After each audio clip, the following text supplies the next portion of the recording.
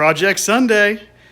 This little hole right here is a result of a lapse of judgment of many people 15 years ago. So in 2005, this house was built by a builder. I was fresh out of school. I had all the knowledge, but just not enough to put it to work. It's still too green.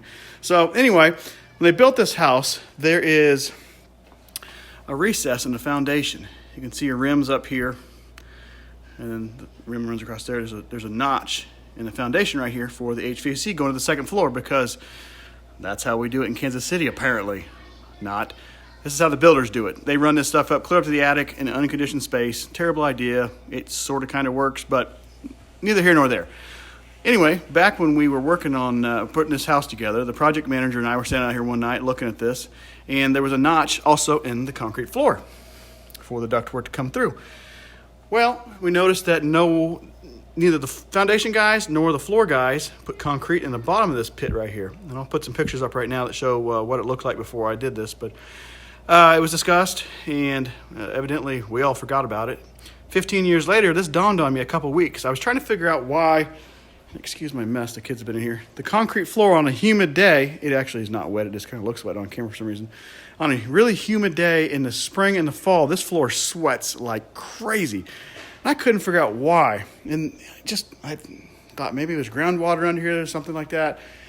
And then 2 weeks ago, it dawned on me. I remembered that conversation and how this was just open to underneath the slab. So, because the dirt has settled a little bit, and there's some gaps over here and over here where air from the conditioned house was going underneath the slab, effectively cooling this entire slab. The temperature on this slab was, I checked it on one of the days it was sweating, was with my radar or my laser infrared thermometer, was like 68 degrees. So it's pumping 68 degree air underneath this slab, cooling it. So it turns it into a giant, effectively a cold surface. So that hot, humid air, it was only in the 70s, hits this cold surface, condenses. So this floor was always wet. So I think I found my problem. So I cut a hole in the wall here, got some access, looked down there, and sure enough, I could see underneath the slab in 3 directions. Just a little bit, but enough that air was getting through there, going through the rock, and cooling this entire slab down. And it actually still had the forms in it, which are right there. I had to cut them out. Nobody ever took the forms out from when they poured the flat work in the garage here.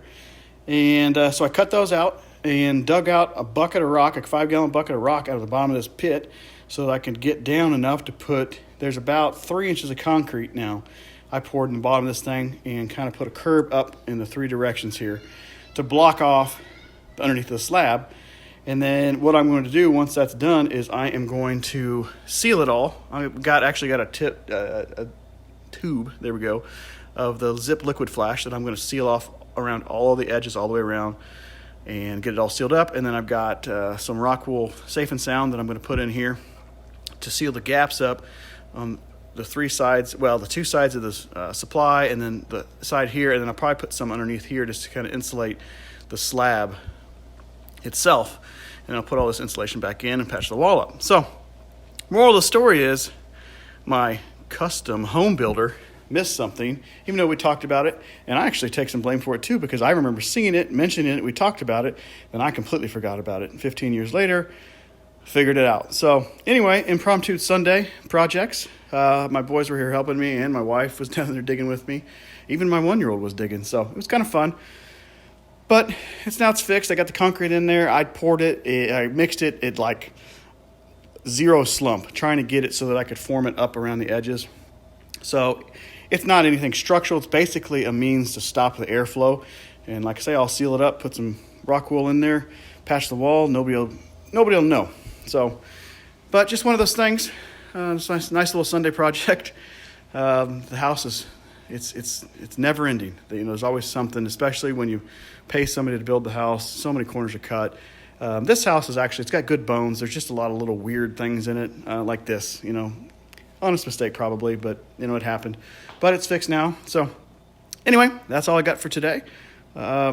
Just a little not car content, but I was actually going to work on the truck today, but decided to do this because it's nice outside. It's not blazing hot outside. So Anyway, please like and subscribe. Share it if you want to. I know it's not car related, but it's kind of fascinating, I suppose. So anyway, we will talk to you all later. Honey, honey, honey.